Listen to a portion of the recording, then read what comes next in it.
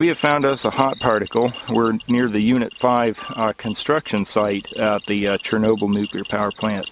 And we have dug the hot particle out of this hole, which is no longer hot, and the dirt has been placed over here.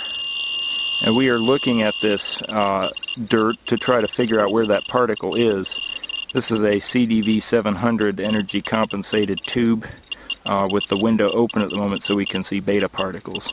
And we're using it with a Ludlum 12 rate meter and attempting to find that hot particle. We have now divided our particle pile down to this size. I mean, it's barely, you can see how large it is from the size of my fingertip. This is my index finger. And yet there is a hot particle in there. And the Geiger counter is still squealing. And we don't know where that particle is, but it's in there, and I want it. It's right here. It's that little black particle right there, which is absolutely tiny. My finger is even, that's my pinky, that's my last finger on my left hand. You were able to detect it in that. And yet we were able to dig it out of the hole that's over here. We found it with a scintillator, and now we're looking at it with a Geiger counter, and that's very warm. Let me get a photo of it too, Carl. Is that one right?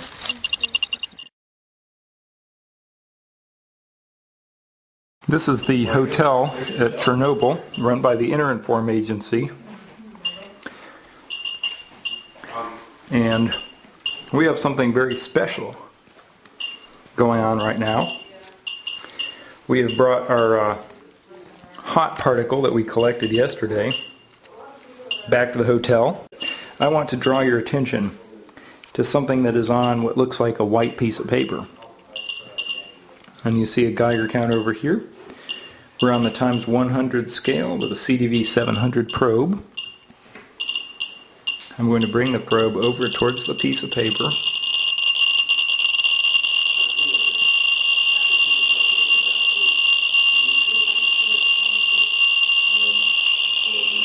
And we can see that number going up to almost 300 and or maybe like 32,000 counts per minute.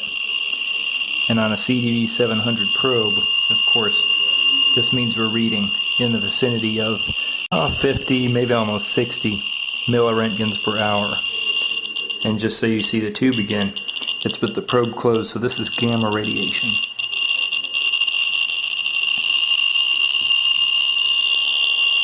And that's hot. That's a very spicy particle. Now let's see what exactly it is that's making all of that radiation.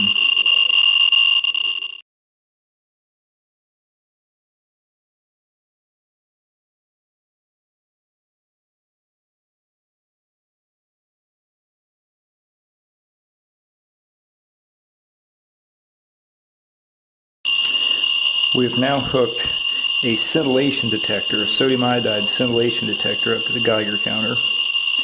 You can see we have about maybe in the vicinity of 100,000 counts per minute. We're on the top range, and we're some distance away from where our hot particle is, and our hot particle is here if you can't see it on the film.